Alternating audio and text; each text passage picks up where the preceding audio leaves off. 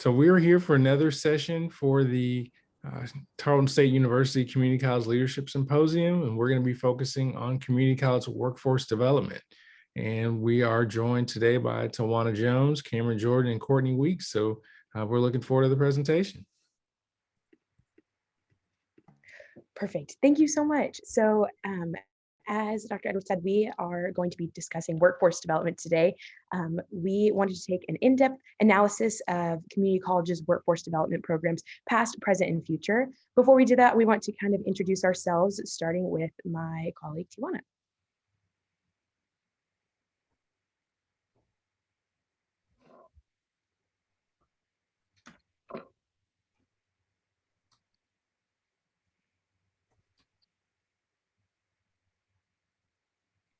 She might be having some trouble jumping in. I'll go ahead and introduce myself just to give her some time to get started. But my name is. I guess I had it on mute. I'm so sorry. No, you're okay. I'm so sorry. I'm just like talking. It's on mute. My apologies. My name is Tawana Jones, and I am a sixth grade math teacher here in Eagle Mountain Saginaw ISD at Ed Wilkie Middle School. I received my undergraduate degree in Bachelor of Arts in Sociology at UT Austin, and I am currently Math 4 through 8 certified, and I am seeking my Master's in Higher Education Administration. Perfect. Thank you so much. My name is Cameron Jordan. Like I said, I recently graduated in December from Tarleton State University with my Bachelor in Science in Education. I did have that education degree, and I wanted to continue to pursue that with a Master's in Higher Education. So I am currently an EC through 6 and ESL certified educator here in Stephenville, Texas, but I'm moving towards my next steps and pursuing higher education. And then, hi guys, so my name is Courtney Weeks. I went to Tarleton as well for my bachelor's degree, and I actually got it in agriculture services and development. With that, I'm currently a agriculture teacher in Azle, and I'm getting my master's right now in higher education. Perfect. Thank you, guys. So we're going to jump right in. This will be our content for today. I will begin with our introduction and literature review. We'll move into observation insights, our expert interviews, best practice examples, conclusion, resources, references, and then finally a period of discussion. So with our introduction, we just wanted to take a moment to dive into the definition of workforce development. I know each of us had a different view of workforce development before our expert research, and we wanted to give you guys a generalized idea of what that truly means. So what is workforce development? Workforce development programs are these initiatives that educate, train individuals with valuable and necessary skills to meet the needs of current and future businesses, these industries, and different professions and vocations to maintain sustainable, competitive economic environments. So this can be something beginning as easy or as simple as the nursing programs that we've seen, the education programs that we've seen, or expanding to more complicated or less common programs such as sonography, which we will talk about later today, or specific engineering programs that pertain to the community. How does workforce development work? Collaborative efforts between students, instructors, institutions, industry leaders, and other community stakeholders foster the development of job-related skills and experiences. So workforce development, something that we learned is that it is very collaborative. This takes a lot of hands. It takes a full community. Just like it takes a village to raise a child, it takes a village to raise a skilled worker. And that is what workforce development is all about. And then finally, why is workforce development important? So workforce development builds foundations for students and community members alike. The production of delivery and of the skills within these programs are crucial benefactors within the community and economy that they serve, which we will see later in our presentation. So within our literature review, we took a thematic approach and tried to disaggregate what themes were present in each of the literature that we researched. And the commonalities that we found were economic impact, higher education leadership, past, present, and future workforce development programs and their impact. So with economic impact, the development of these workforce programs is heavily impacted by the economy of the community that they are being developed within. So depending on the highest revenue or income-based jobs in that community, or the most need-based jobs in that community, that is what programs are developed within that community. Those are symbiotic relationships. So for example, my hometown, Midland, Texas, is a very oil-based heavy economy. We see a lot of petroleum engineering workforce development programs, as well as a very heavy influence in the health services and health sciences programs because of the growing medical field there. Moreover, the success of these delivered programs is very heavily influenced by the economy, being that if you are going to develop a workforce of skilled workers, they need jobs. So in order for the success of these programs to be maintained, they need jobs to step into. Moving on to higher education leadership, which some of our peers just shared valuable information on, we noticed that the development of these workforce programs is also heavily influenced by this leadership. It is necessary to have a stable foundation of leadership, as well as strong collaborative and communicative skills within leadership in order to develop these programs and in order for them to be successful. And then expectations of community college leaders share throughout competencies. So our literature had many expectations listed, and there are several competencies that are listed for the development of workforce programs and what is expected of leaders. Generally, it falls down to etiquette as well as the responsibilities of leaders in the formation of these programs. This can mean communicating with community leaders in order to establish clinical programs or experiences and applied learning experiences for students. But it also means doing the paperwork and all of the nitty-gritty behind the scenes. And then last, we have the past, present, and future of workforce development. So job security is a very beneficial factor of workforce development. Knowing that these students are coming out with skills and experience in their future professions gives them security within these fields and allows them to have the confidence stepping into the roles that they have prepared for.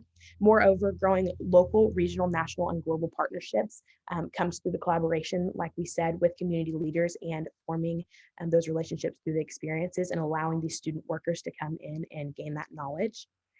Vertically connected programs for continued pursuit of education. This is those skill builders. It allows students to develop the vocational skills that they have, but community colleges have begun to develop this vertical growth where they encourage students to continue, just like Dr. Edwards encourages us to continue on with our education. This is what community college leaders are beginning to do as well. So go beyond just that vocational role and stepping into leadership roles over those vocational roles.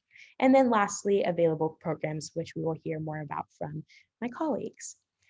Some of our strengths for our literature that we reviewed was that there were many real-world references, accredited sources, and whole picture applications. While the weaknesses, workforce development literature lacks quantitative studies right now, but because it is such a growing and a very carbon idea that is being developed every single day, we're seeing more and more research studies coming out about it and what makes it successful. Moreover, some of our sources lacked accreditation due to the freshness of them, but as I said, they're growing each day. And then lastly, based on our literature, the objectives of workforce development are to prepare workforce with necessary skills that are job specific and our current labor needs, as I said, remove barriers to employment, expand labor force, support job retention and career advancement, connect workers and employees, and build talent pipelines, which my peer Courtney will begin talking about now. Okay, so over our observation insights, so we observed 3 different areas. So being the Texas Workforce Solution Job Center, the Center of Educational Excellence at Tarleton, and then kind of how Cameron mentioned earlier, the applied science for sonography department at Midland College. So within these 3 areas, we were able to see kind of how a workforce has developed, and ultimately that is what our goal is we are going to college to go into the workforce. So within the Texas Solution Job Center, that we're able to browse job openings, create resumes, apply for jobs, find jobs, search for tips, kind of just help us when we're all trying to apply for those jobs. That's what it's for, just having those sources. And then the Center of Educational Excellence at Tarleton, this has the applied learning experiences. This course is not only designed for students, but it is also designed for faculty too, to help faculty in ways to better educate their students and help with like study abroad programs, stuff like that. Service learning is another area.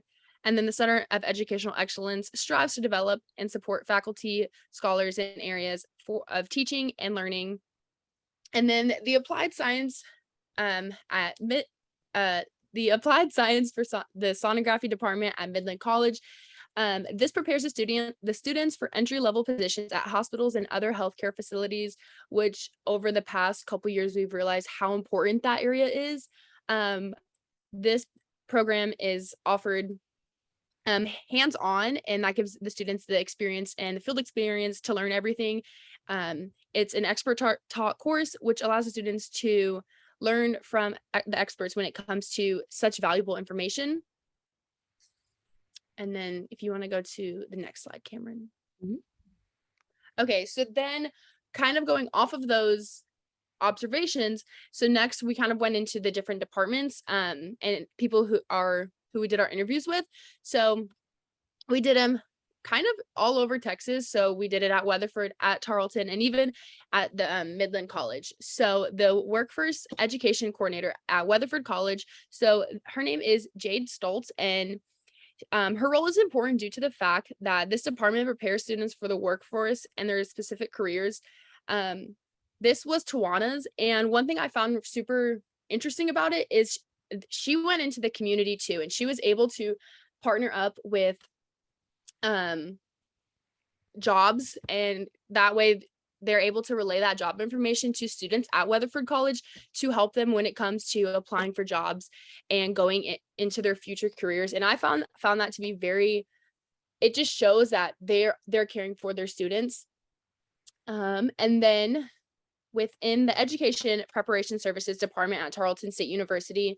So this is Allison Andrews, and she is a certification officer in the education program. Her position helps students when it comes to applying for teaching certifications. If a student is doing like an alternative certification, they have to reach out to her, and she has to go into talking to the certification through the alternative program. And she helps with any questions and concerns that they may have. And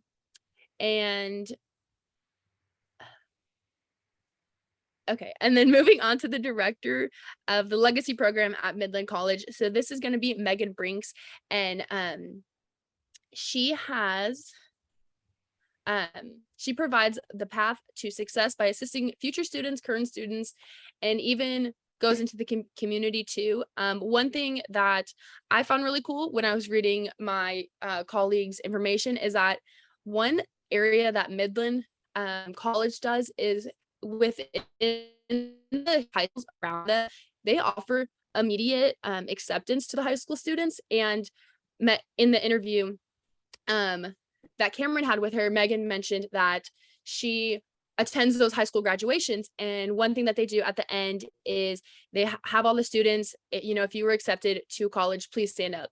And all of the high school students are able to stand up due to the fact that Midland College gives them that immediate acceptance. And I found that, like, I have goosebumps talking about that right now, that's so powerful, that to give that source to those students who, a student might not want to go to a big university at first, and Midland College offering that to them might give them the building steps to continue their education to, one day probably be in a situation that we're in right now in our master's program. So I found that to be very, very powerful. So each of those displays the communication and application skills required to provide successful workforce development programs. Within all of these roles, their ultimate goal is to set up each student for success, and to better prepare them for the workforce. Thank you, Courtney. Okay, so I am going to talk about some best practices. There were, a number of things that were prevalent to work development that make good practice in order to help the community college be successful in their workforce development initiatives. So I narrowed it down to 5. There were actually more, but I narrowed it down to 5. So student success is one of them. It's important to the overall mission of the community college and education training. An effective leader supports student success across the institution and embraces the opportunities to improve access, retention, and success for that student.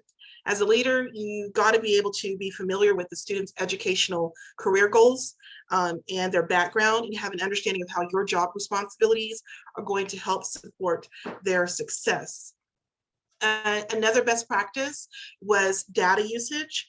To best support students in their job preparation and career services or career selection, it's important to understand the ways in which data can be modified in workforce education and training programs if it's not giving you the proper results, the proper outcomes that you're looking for. And you can do this through the use of labor market data, job projections. You can also you also want to make sure that it's staying relevant and meeting the needs of both the student and the job market. Understanding the trends in the job market and the skills that are required for these jobs is important to helping students select a training program and making sure that they are on the career path that they plan to be on. The next one is evaluation for improvement. Evaluation is important in determining the impact of your job responsibilities and your job performance in making the proper student outcomes. You need to identify the areas of strengths and weaknesses and improve accordingly. That allows you to support students in the best way possible. Within workforce education and training programs, this might simply include regular monitoring and discussion within your organization to identify problem areas and also to highlight successful initiatives that you want to continue carrying on throughout that year. It could also include tracking job retention rates and client satisfaction. It might also include evaluating the success of your workforce education and training programs compared to other external training programs. The next one is advocacy and mobilizing, motivating others. An effective community college leader understands and embraces the importance of championing community college ideals, understands how to mobilize stakeholders to take action, and they understand how to use all the communication resources available to connect with the community college. When you're interacting with your stakeholders, such as students or community members and business leaders, you want to make sure that you are advocating and speaking passionately about your college. Additionally, through outreach, you want to be proactively mobilizing internal and external support for the college's efforts in both workforce education and other areas. And then the last one here is collaboration. Workforce initiatives are a collaborative effort between all the stakeholders. An effective community college leader develops and maintains responsive, cooperative, mutually beneficial, and ethical internal and external relationships that nurture diversity, promote the success of the college, the community college, and sustain the community college mission. Understanding the interdependence of all the stakeholders is key to building relationships. So knowing that the employers, the students, the other community members, that they are all collaboratively working with the community college in order to help students achieve the desired outcomes they are trying to reach. Routine communication and a willingness to mutually support are the building blocks of collaboration. It ensures accountability, it increases the flows of ideas and perspectives, and most importantly, it maximizes the expected outcomes. So in conclusion, there are 5 major takeaways here. We know that community colleges play a pivotal role in workforce development by providing job-focused education and training. Students, instructors, employers, agencies, and other stakeholders each leverage the workforce education and training development services that are offered through community colleges to reach individual and collaborative goals. Whether it's program development through collaborative partnerships, whether it's providing high impact learning experiences in and outside of the classroom, or reskilling an already existing workforce, creating a highly skilled labor pipeline that meets the current and future workforce needs, it remains a part of the ongoing mission of community colleges. We've seen that the success of the workforce education relies heavily on the dedicated staff who work day in and day out to ensure the success of its programs and its students. The guidance they provide their students and the administrative efforts they invest in maintaining their programs is invaluable to both the student and the college.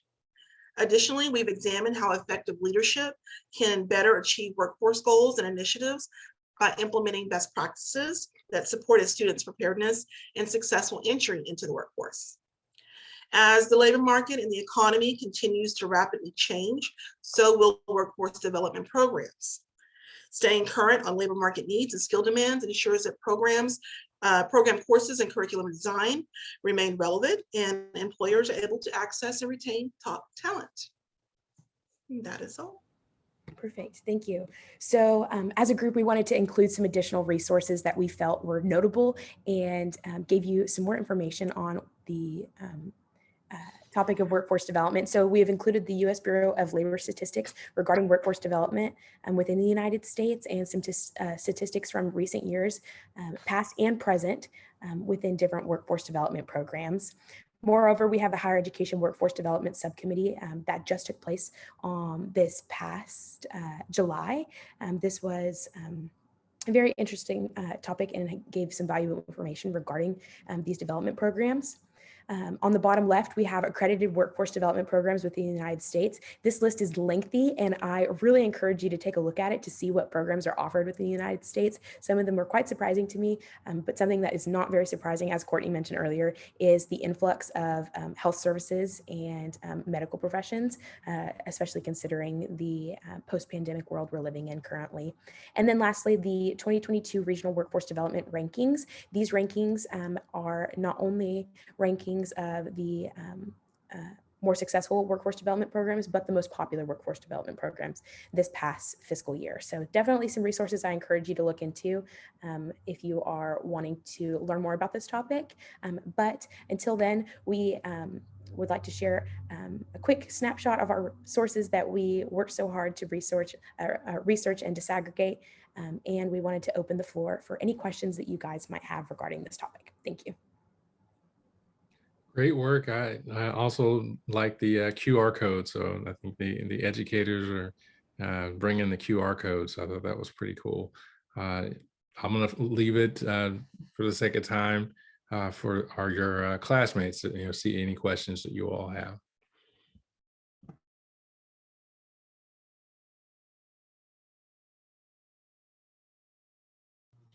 Hi, I have a quick question. Could you go back to the QR codes so I can take a picture of it, please? Yes, of course, absolutely. Thank you. There you go. And then the QR codes that we put on the slide for our observation insights, those just take you to the websites directly related to those specific programs. Got you. Thank you. Great job. Thank you so much. And I guess while we're waiting for a question, I'm going to ask you all, what's one thing that you that kind of stuck out to you as you did this work?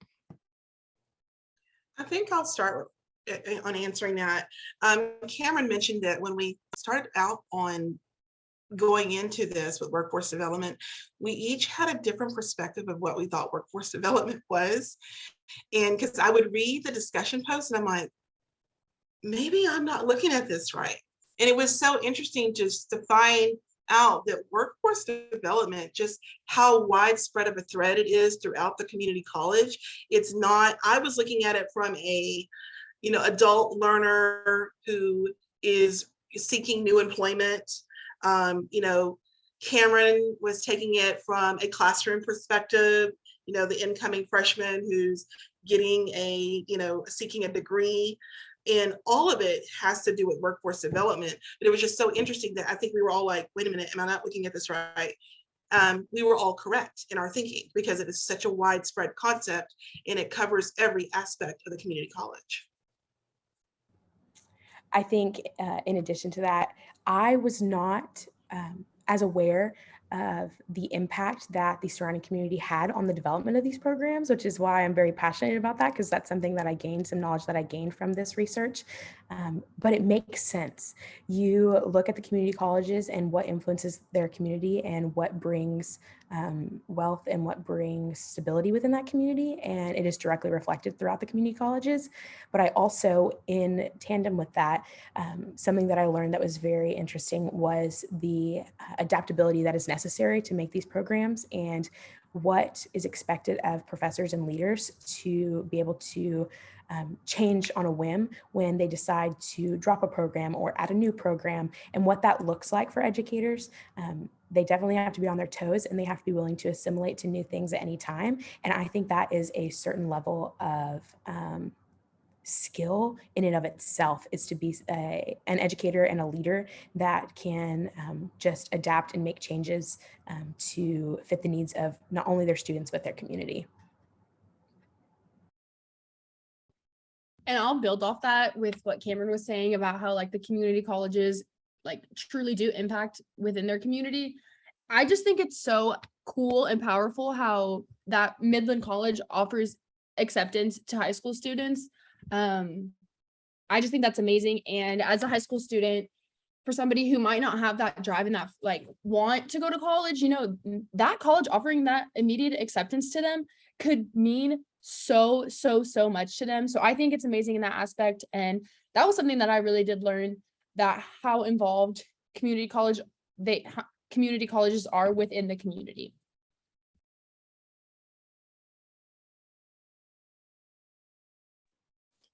And I'm curious if any of you came across any information about comprehensive needs assessment and kind of how the role that plays in figuring out, you know, what programs to offer and the workforce development resources that are needed. Also, I know one of the pieces that you mentioned in terms of your observation is you looked at the workforce centers. And I guess if you could talk about the interaction with workforce development or workforce solutions and how they interact with community colleges or the comprehensive needs assessment. Yeah, absolutely. I went and observed the Workforce Solutions Job Center. And because, again, I came into this thinking that that's what workforce development with the community college was talking about, is the Texas Workforce Commission.